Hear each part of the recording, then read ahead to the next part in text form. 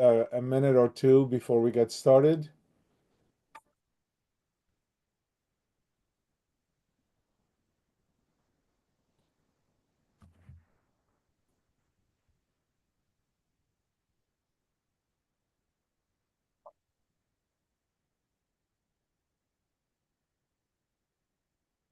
Good morning, everyone.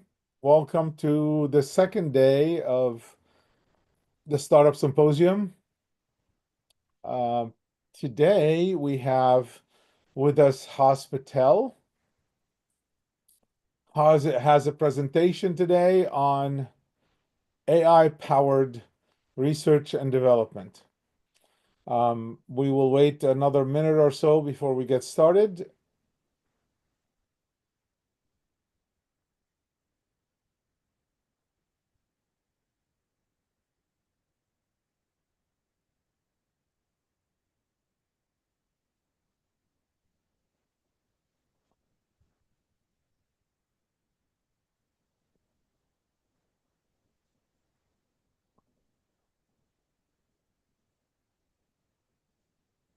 Hope everyone is having a good day so far.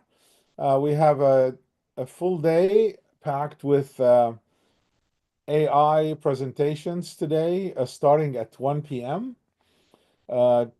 We have another webinar right after this one at 10 a.m. Pacific time, and two webinars back to back after this one. One is at 10 a.m., one is at 10:30. The 10 a.m. Webinar is about what it takes to build a team, and the one at 10:30, it's 20 questions that investors ask and they want answered before they see you as a founder, as a startup founder. Okay, we're going to get started. My name is JJ Risha. I am with Pismo Ventures, and we're hosting the Global Startup Symposium. Today, yesterday we had a great day with a lot of life science companies, and many companies, many startup founders were able to connect with investors. One of the companies I know, they were able to connect with 40 investors between last week and yesterday, which is really, really fantastic. So I hope all of you are able to do the same thing. You're able to connect with investors, and you're able to set up meetings, appointments, so you're able to answer questions that they may have. And investors, if you are online as well, and I do see some of you online right now, please reach out to companies that you are interested in, so you're able to answer, get them to answer questions for you, and hopefully potentially invite them to screen either at your VC group, angel group, or whatever it may be. Thank you again for all of you for being part of the Startup Symposium. The webinar this morning is titled AI-Powered Research and Development, Accelerating Innovation from Lab to Market. And the presenter is a friend of mine. His name is Haas Patel. Haas, it's all yours. You can take it from here. Thank you, JJ. Thank you all for joining us. Welcome. Again, my name is Haas Patel, and to discuss, explore, and transformative potential of AI power in R&D. So let's start with an executive overview. I'll provide you an overview, and I will deliver the presentation. Today's R&D landscape is facing a significant challenges, including information overload, inefficient processes, and notorious value of math in commercialization. However, Haas, your voice is coming in and out because you keep turning. So you keep turning your face, so your voice is coming in and out because the microphone is not being straight in front of you. So it's hard to hear you. So if you could stay looking straight, it's probably better. Okay. Thank you, JJ. However, These challenges also provides an opportunities. According to a McKinsey report, AI can vary between $2.8 trillion to $4.5 trillion in about 6 to 7 use cases. And two significant use cases are R&D and product innovation for software engineering. So how can we achieve this value-added benefits? Today, I will present a model for AI for R&D, which has four components. It's an R&D life cycle, which is based on already developed technology readiness level analysis, which is widely used in federal government and also now also accepted by large high-tech companies like Google and Microsoft. Second component is innovation. In We are looking at not only product innovation, but product innovation, service innovation, process innovation, and business model innovation. And the third component is value creation in multi-dimension, and of course AI as the enabling power. So if we can achieve integrating these four components instead of just adopting one of these four components, then we can expect a number of benefits which reduces R&D costs, increasing innovation velocity. So let's start looking at this value map. Has your voice is still coming in and out. Can you bring the microphone closer to you? Okay, I'm just directly speaking to the computer Microsoft Microphone, microphone. okay. Can you hear me now, or is it still phasing? No, it comes in and out, but we can hear you most of the time. So Okay, okay. So let me. I'm just having this. The monitor near to me. See within tabs. Unfortunately, I don't have a separate mic. You know okay, all right. now. Okay. So in the R&D value of that, as you can see, there are three components: research, commercialization, and research translation and exploratory product development. A number of times, most of the research goes down the value of that. And we also have heard Silicon Valley cliche, 9 of 10 ventures fail, and 9 of 10 drug development does not produce necessary outcome. So how can AI help us? So let's explore the issues we are facing in R&D and how AI can help us. So in this chart, left-hand side is R&D product life cycle, various stages of R&D process life cycle. In the middle part is the challenges which we are facing. And on the right-hand side, how AI can assist us. For example, in early stage, we have challenges for information overload, limited creativity, and AI can assist us with sifting literature, identifying breakthrough, and assisting in brainstorming. And overall, to reduce the challenges, it streamlines processes, accelerate innovation and value creation, and provide data-driven insight. So let's explore this model. So as I indicated previously, there are four components to this model: R&D lifecycle, innovation, value creation, and AI. So I'm going to just give you an overview of each of these four components separately. So let's start with R&D life cycle. Here I have adapted a life cycle which is developed by NASA and very aggressively used by most government agencies, in particular all innovation agency, just as DARPA, NSF, and also all major prime contractors and a number of companies in Silicon Valley.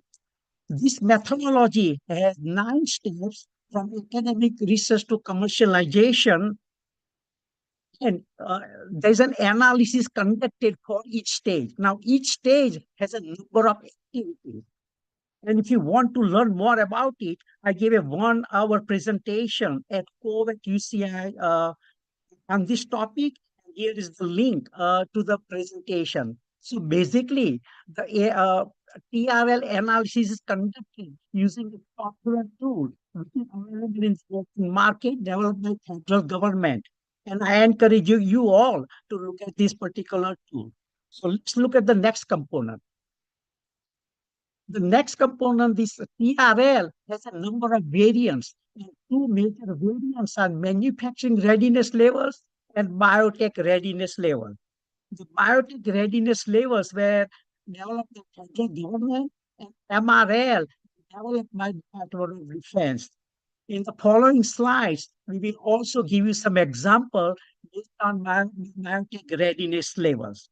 So what they provide, all TRLs provides you is a common language for assessing technology maturity. It aids in risk management, and it guides the resource allocation and investment strategies.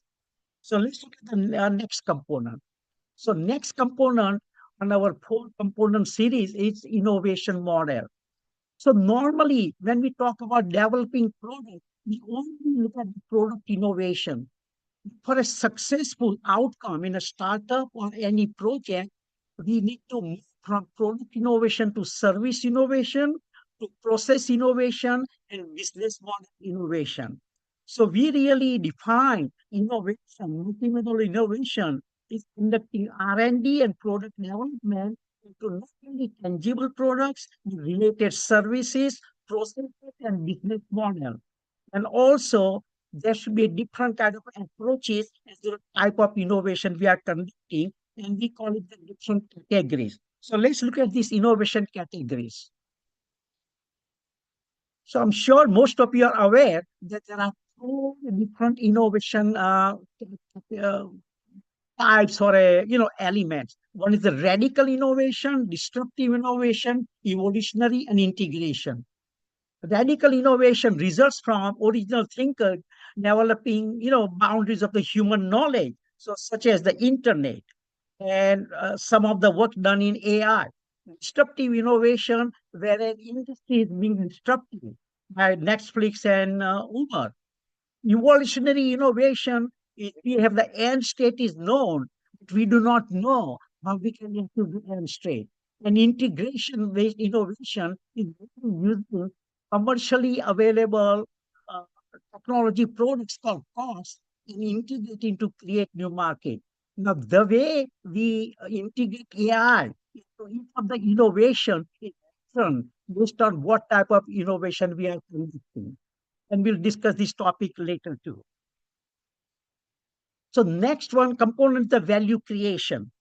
To create value, as we know, the Peter Drucker, the famous management guru, has said that if you cannot measure, you cannot control. So here we recommend a methodology to create value creation by using some work done by Carnegie Mellon and developing a methodology maturity integrated model called CMMI. The CMI model has a five different components, and here we are integrating four different types of value creation matrices. Strategic KPI, which provides the market share and customer satisfaction. Financial KPI, which is ROI and NPV. And operational KPI, which is very important in particular AI for R&D, because it's really the process matrices, whether the process we are developing are efficient or not. And that's where really the model, CMMI model, is process improvement model. And the next KPIs are environmental impact on the society.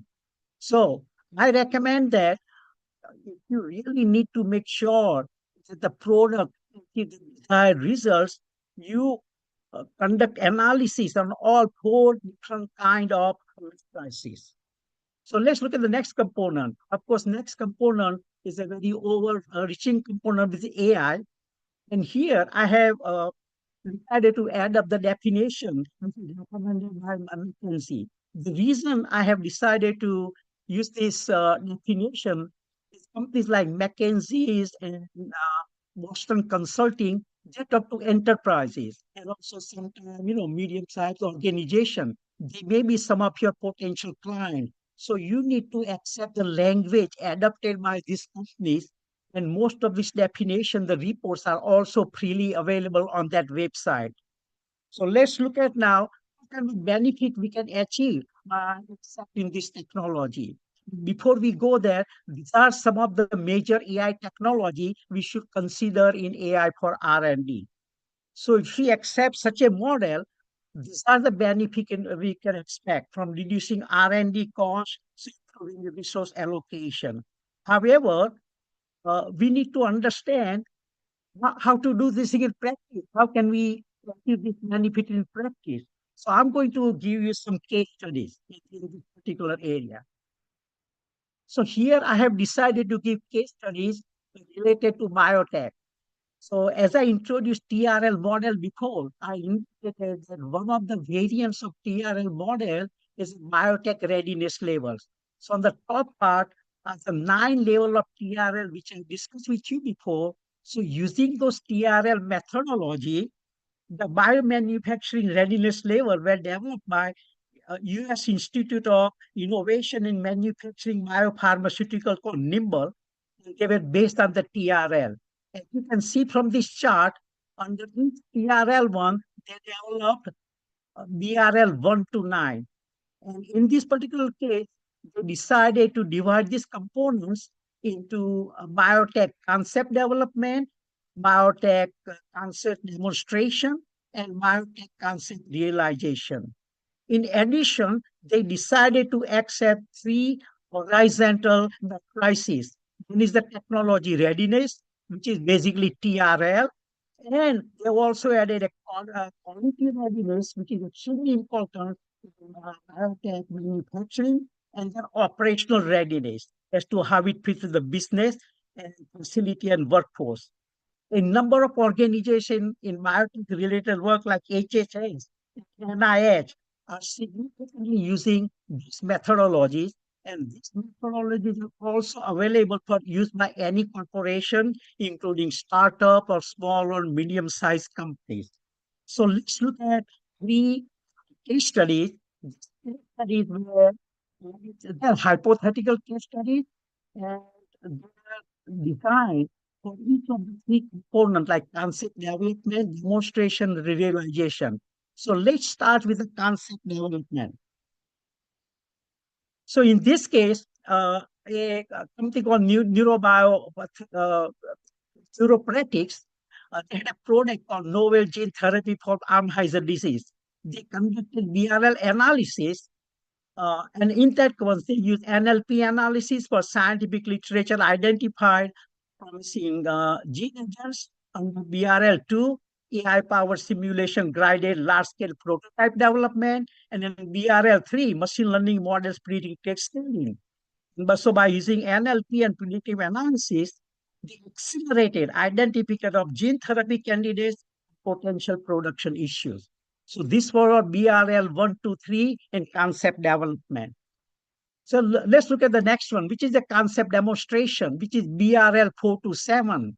A company called Continue Pro Pharma, the product of continuous manufacturing process for small molecular drugs, conducted analysis, and BRL4, they use reinforced learning to optimize process parameters across therapeutic areas, and BRL5, digital twin technology simulated production unit environment, and BRL6, AI-driven process control technology for R&D trial, and BRL9, ML models enable real-time process monitoring. So again, the key technology was reinforced learning, digital twin simulation, and outcome was the rapid optimization of continuous manufacturing processes. So as you can see, each of these stage help them to achieve the desired output. So let's look at the next one. So here, Pure Tech Biologics, it was the product was novel purification technology for monoclonal antibodies. And in BRL8, they use AI-driven predictive maintenance to ensure product quality and advanced analytic for supply chain and manufacturing. So again, used within ML and predictive analytics, they got a reliable, efficient purification technology adopted across multiple companies and products. So now the question is, how do we implement all this suggestion, which are four components of AI for R&D, and the way all these biotech companies are using this one, BRLs, to achieve this objective. So let's start with some implementation criteria. So here I'll be looking at to achieve and implement the necessary results. What are the 4 or 5 components we'll be thinking about in our startups or in our organization? So the first component, of course, we all know that is upskilling, upskilling, upskilling. So recently, Boston Consulting Group conducted a study, and in the study, found that for AI integration projects, you should be spending only 20% of your time in learning AI technologies, 10% of the time in learning IT infrastructure related to that, and 70% of the time in education must be related to the innovation management and process engineering and process management. So based on this recommended uh, analysis by Boston Consulting Group, I have developed 5 areas where we must go skill people. So I'm going to give you an overview of each of these 5 areas. So let's start with the multimodal innovation. So here, multimodal innovation, which I discussed before, which is not only product innovation, but process innovation, service innovation, and business model innovation. These are the 5 components in which we should be upskilling our startups and also any future employees which you can have in our startup. Now you can read all the different components which I have listed here, but the major component here is critical thinking. So for the critical thinking, for AI and human communication, very important component. When we develop our prompt, we have to ensure that we use the critical thinking to ensure that we ask the right question, communicate with the machine or AI in the right way. That's one of the critical parameter. In addition to those components, I have also listed other components which I'm sure you are aware of it. But the reason I listed this component to ensure that our upskilling efforts are not only technical efforts, and also they are not only directed towards technical people like the STEM people, which I identify on the left-hand side, local HUS people, which are humanities and social sciences person. We also have to teach our program manager, planners, and also analysts to ensure that we have proper team. So in this case, even when you are developing a team, you need to make sure that even the advisors you might get, they need to have some of the understanding of some of the components which are listed over here too. So let's look at the next component. So this component is really is based on what kind of a AI focused technology we be teaching to the person who are involved in integrating AI into R&D process. So here I have identified 10 different components. For each of the component, you might need a whole course to learn and integrate in your system. But I encourage you all to, gain some knowledge on this component. There are a lot of courses available outside on the open platform and also on the webinars another way. And I encourage you all to understand all these different components to how AI and R&D can fit. The next one is, of course, the risk management. So here, I recommend that we use our risk management based on the US government developed framework for AI R&amp risk management framework, which has 3 components. Now, this framework is already adopted by major companies like Microsoft and Google. They have based their own risk management framework based on this niche developed outlook. And in one of the future slide, I will also discuss a little bit more information on this risk management framework. But what I really recommend for startups and any other organization that you develop your own risk management framework based on niche work and also add AI for R&D specific criteria, which I have also shown on this chart. It includes additional governance, additional risk assessment, bias and ethical consideration, data privacy, and continuous monitoring. Now, these components are already included in the R&amp. However, you should be including some additional component based on your organization's requirements and your organization's strategies. Next one is the project management. You need to make sure that you have an effective project management for AI integrated projects.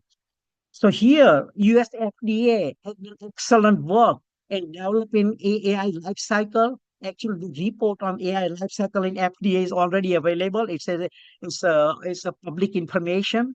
And for each of these components on the right-hand side, uh, they have developed a range of activities we should be conducting in developing your projects. Now, here, the model I explained to you before TRL. So technology readiness level has the activity related to R&D. And this particular model has the activities related to AI. I encourage you to integrate both US FDA's AI lifecycle model, technology readiness level model, which is developed by NASA and used by DoD and all innovation agencies, including NHI, and then develop your own project management, AI-based project management philosophies. Now, to make this thing successful, on the left-hand side, I have, developed some critical success factor. You need to make sure that AI definitely fits into corporations. And these are some of the critical success factors to integrate AI into your project. So how do we integrate this critical success project in our project management framework? So really it's a strategy.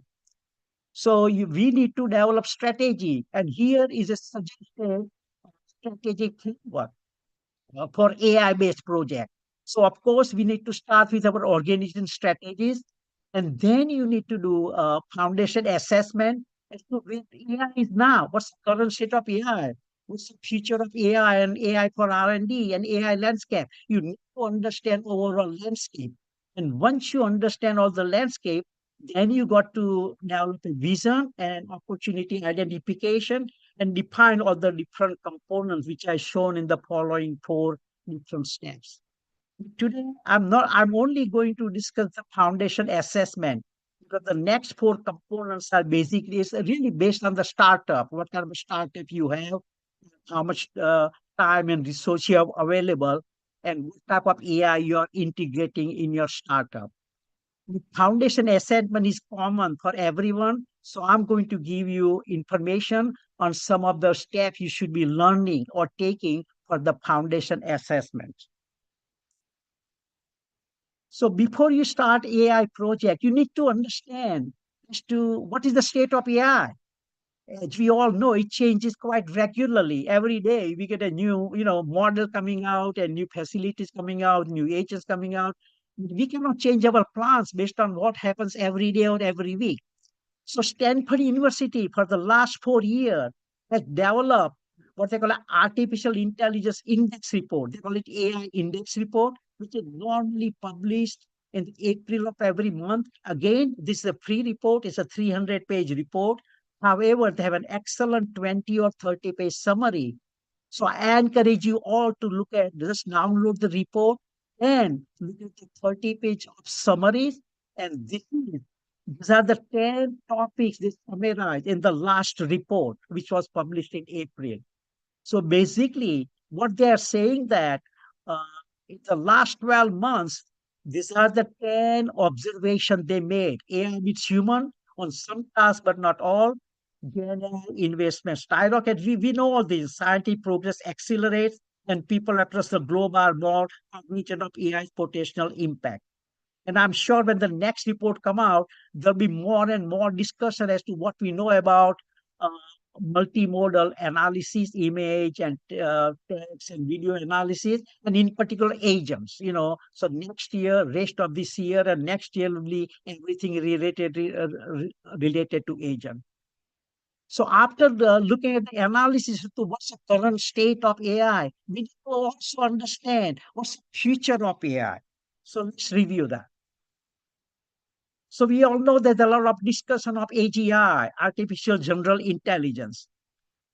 So here is a summary some of the steps as to how future looks like. So currently, as from next, maybe up to the end of next year, this slide was prepared actually about 4 months ago. So the AI is called a narrow AI. It will excel in specific tasks, image recognition, and multimodal images are emerging. And there's this growth of AI agents. And actually, AI agents will be more and more prominent in 2025.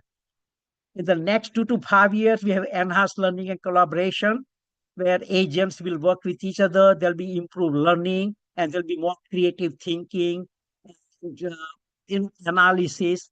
Uh, AI will be involved, and there'll be more and more integration within next to 10 years. Where AI system will begin to integrate and collaborate across tasks without human input, and you'll see the lot of broad reasoning and logic for specific tasks. And of course, 10-year plus, we do not know when, but scientific discussion will takes place on AGI with the potential of machine with human level or superior interest across domains. No one knows that, but it may happen 10 year, 15 year. This is an indication. So we really need to understand where AI is going so that we can plan accordingly in our projects. Next one is where AI for R&D is going. So what's the use of AI will happen in R&D. So currently, human reigns supreme. As you know that, uh, we train and design. We use our, models for R&D life cycle, for hypothesis generation, experimental design. The next one is a collaborative R&D. In that case, we'll be using AI as an assistant for data analysis and a translator, and AI is an auditor next to a few years. And then, of course, the rise of the AI co-researcher. So a AI researcher will become a co-researcher, maybe generate joint papers. And eventually, long term, AI as a scientist, actually, this is a very important statement because the emergence of autonomous AI agents, in fact, it is so important that the Oxford Turing Institute, US government, National Science Foundation, Japanese government, South Korean government, and European government are jointly working on a MOOC program in which they are saying that by 2050, AI scientists will win a Nobel Prize. Now, the way the things are going is that the AI scientists may win even a Nobel Prize before that, taking into account the 3 Nobel Prizes were awarded to 3 human scientists this year. And every year, National Science Foundation and Oxford Turing Institute conduct 3-day meetings in Washington and London uh, to understand how we are going towards making an AI scientist. So it's a moonshot program, and you should also keep an eye on it because AI for R&D futures is related to AGI. So these are some of the indication we should be looking at every year to see AI is going, and also AI for R&D is going. So now let's look at even our US government thinking. This is extremely important, in my opinion, mostly for startup, because federal government initiatives and budgets just now, they are so much heavy on AI, which I will discuss on this later part of this slide. These are the major direction US government is currently going. And in fact, this chart was really produced by a US government about 8 months ago. And during even, by end of 2023, but in 2024, we have even seen much, much more US government involvement and thinking on this particular initiative. So these are the 6 major way uh, US government is looking at AI, and they are directing their investment. And to support the federal government thinking, they have also produced a number of policy reports. Now, all these policy reports are bipartisan, and they are developed not by only federal government scientists and policy makers, with the academia, industry involvement, at the high tech level, Microsofts and Googles and Googles of the world, the medium sized companies, and also outside consultants. So these are very interesting and useful reports. And if someone wants to dig more into that, I encourage you all to look at the report like this. And there are many, many more reports are coming out, both from National Academy of Sciences, National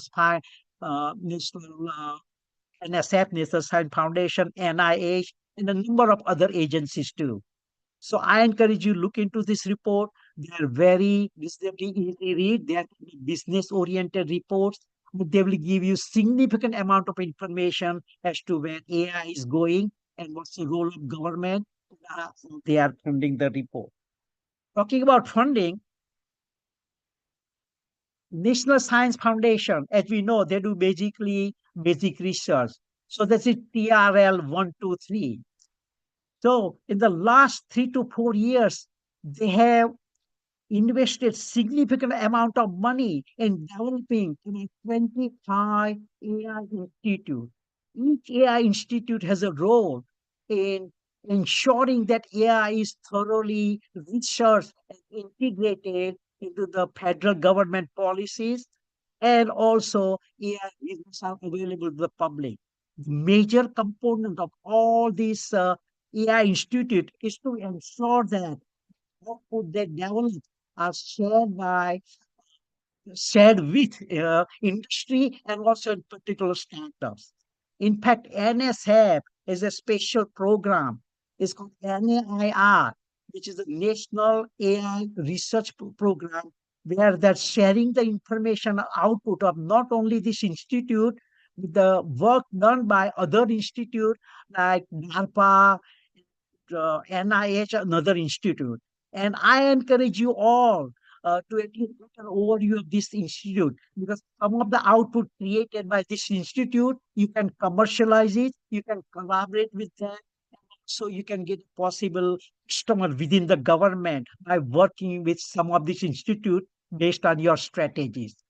Now, related to this institute, the next TRL level related thing is a federal government investment on advanced manufacturing institutes, which is basically TRL 427. And that's where value of that is more prevalent, to ensure that the value of that does not uh, take any research projects into commercialization.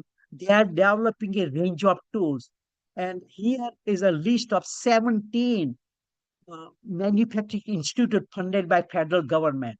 Now, these institutes are public-private institutes. So for each institute, federal government allocates $75 million over 5 years, and the private parties invest another 75 million at the minimum. Normally, I have seen that private companies even invest more than that.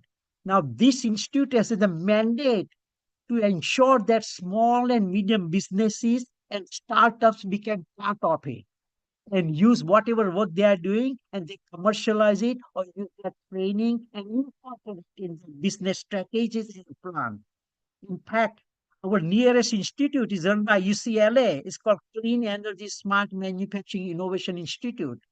They have been doing some work for the last 4 years. So if you are in the manufacturing industry, and if you are looking at the smart manufacturing tool,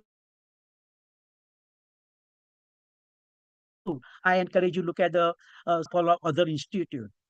In addition to that, U.S. government is investing much more money now to develop an institute. And these are some of the examples of two new institutes are being developed. In fact, we all have heard about the chips and semiconductors and government's role in it. As a part of the US Government Chips Act, they recently uh, actually awarded $285 million for digital twin for Semiconductor Manufacturing Institute. And this particular award was actually awarded about 2 weeks ago to SRC, which is based in North Carolina, but it has 5 different hubs throughout the United States. The objective of this institute, like any other institute, is to ensure that startups and small and medium companies become part of it, because they understand that without the startup and small medium in the industry, whatever output they are creating, it will not be commercialized. The second another institute is AI for manufacturing. For that one, it's a $70 million award. Phase one, they already requested concept paper. Concept paper well already supplied to the NIST, Department of Science and Technology, which is funding this particular one. Hopefully, this institute will be in operational middle of the next year.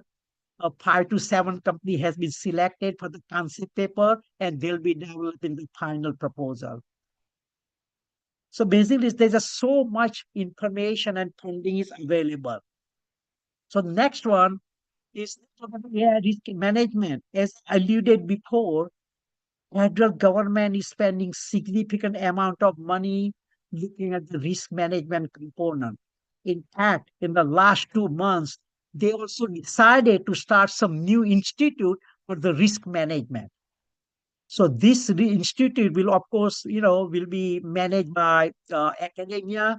However, there's a significant role of industry and small and medium businesses again on this institute. So risk management, they have developed, NIST has developed a framework and a playbook. And actually, it's a voluntary resource. However, this voluntary resource has kind of become a de facto standard by large, AI focused high tech companies to put their own risk management philosophy uh, based on this NSF report. And I encourage you all to also get some understanding as to how this risk management is working. This was developed not again by federal government, but the involvement with industry. And actually, last year they asked for a range of comments from anyone interested in this particular field and provide them an input. And I also took part as a volunteer in helping them to develop some of the component of this framework. And my contribution was related uh, to capability maturity model, which I indicated few slides back, to see how we can do a process CMMI process related work, within the niche AI framework. So anyone can contribute in some of these resources if you have interest on it, or if you think that that's a part of work the federal government is doing. So the government again is not just saying that these are the plan we have, but significantly putting uh, huge amount of budget, allocating the budget. This budget, government budget, was actually released, I think, a month ago. I have developed one summary here. As you can see that for R&D, a number of other budget components were reduced in 2025. However, R&D budget was increased from 190 billion to 2002 billion dollar. So yeah, also in this particular budget, first time the AI is one of the components which is included in most of the R&D project we are continuing. In fact, in some of the R&D project, 70% of work is related or assisted by AI. So it is very important for us to understand that the government is spending money. Now, in addition to the 202 billion, we already know that significant of AI-focused R&D and other R&D is conducted by industry. In fact, currently, industry, in particular high-tech industry, conducts around $600 billion of R&D. So overall, in United States, we have about $800 billion, just under $1 trillion of R&D is conducted. And this is about 5 to 10% over the last year budget. And I'm sure next year, even will be much, much more R&D will be conducted with AI focused work. And here also there are some example as to some of the AI budgets given, particularly for AI in the budget. NIH has about 1.6 billion for 2025, NSF 729, and DARPA 310 million. And in case some of you are not aware, National Science Foundation as a part of the CHIPS Act, uh, they started a whole new division called, it's called technology division. It's called TIP, Technology and Innovation Planning Division. And that division's goal is to commercialize research conducted by federal government, in particular NSF. So I cannot overemphasize as to how much non-diluting money will be available from federal government, and they are available. When I talk to a number of startups, they all feel that it's an overwhelming work with the government. But once you try to understand, really some of those companies are very small. Once you start, networking in government circles and some of the agencies, you'll find that uh, they are really acceptable to get ideas from startup and small companies and work with them. And again, for the innovation agency, again, significant amount of money going to NSF, NIH, DARPA for innovation related work. So now I'm basically going to uh, conclude my presentation.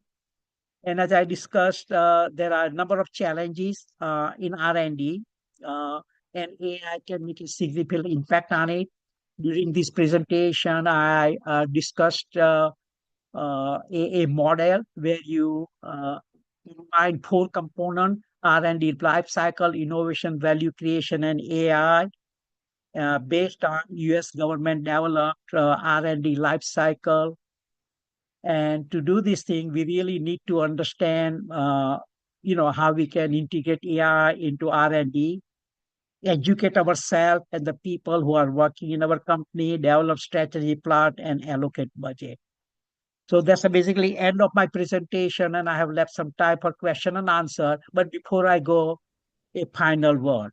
So we all have to develop a mindset to embrace AI for R&D to drive innovation and create value, engage knowledge workers. So we all to foster innovation, implement AI for R&D strategy and project planning framework, of course, promote responsible trusted AI, particularly participate in federal government AI initiative, commercialize that R&D investment to support our US strategies and of course our national security. Thank you. Thank you, Haas. Thanks very Okay. much. That was really Okay, great. if any questions, I'll be glad to go there. And also, just to let you know, I have posted a two-page overview on my presentation with my contact information on Pismo, website. And I'll be glad to take any questions now. Thank you. Yeah, there is a document I'm that's sorry, there was some problem in, listening and everything. I hope everyone got the message through though. yeah, we were able to hear you after the beginning. Any Right. questions from any of the audience? Anyone attending? Feel free to post your question in the Q&A section.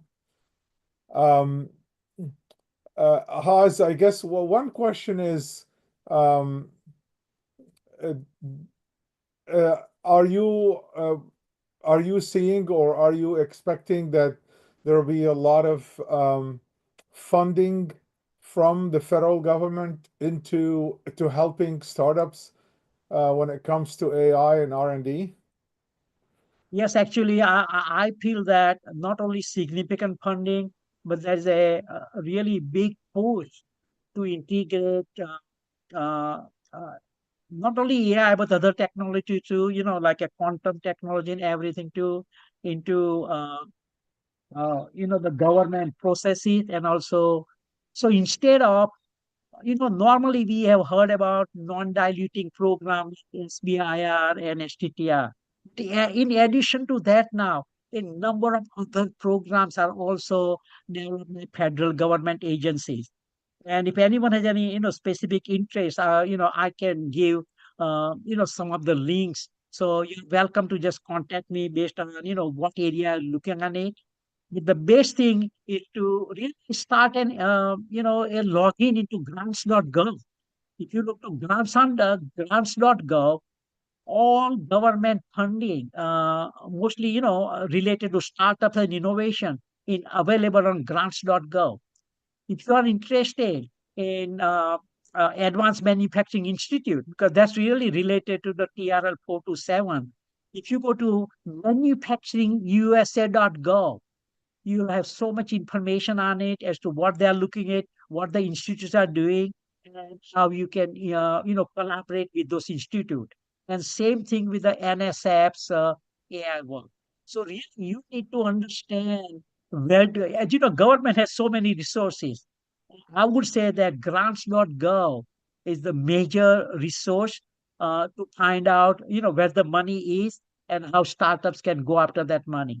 But the really game for startup initially is really to collaborate with some other, uh, players, some small to medium player, in joint reports. I have spent about 20 years working on government R&D project. In fact, I conducted TRL analysis for R&D projects for Navy projects in San Diego. And actually, I'm just me. I'm a consultant. But I find that once you know the people, uh, it's very easy to work for them. And they like working with smaller businesses, local businesses. So really, I would start working with some local government organization. We have excellent, federal R&D, actually 3 to 4 big R&D, some of the largest R&D centers in really Southern California. Navy, Power has very large Navy related work. We have a number of other one in the deserts, so I encourage you look at the local organization. And most of this organization also has what they call the technology transfer offices, like the university-based offices, which we got an overview last time. So in fact, JJ, I even recommend that next time when you do the workshop, in addition to academia technology transfer offices, you also invite the federal government technology, transformation office to give a presentation. And Well, they're always ready to go out and speak to startups and the small businesses. Thank you. we did have a webinar yesterday on that. Yes, yes, yeah, yeah, I attended that, right? Yes, Yeah. yeah. But I Okay. was talking about many more from listening someone from Spawar in Navy, and from LA, Air Force Base, right? Yeah. Yeah. Yeah. All right. Any questions from anyone? If there are no questions, please, there's another webinar coming up at the top of the hour at 10 o'clock a.m. Pacific time. It's the it's about how to build your team, how to build your startup team, and then one at 10:30 is 20 questions that need to be answered by for investors before you present to them. Thank you all very much. And we will see you at the top of the hour, and the presentations for AI will be starting at 1 p.m. Pacific time today, this afternoon.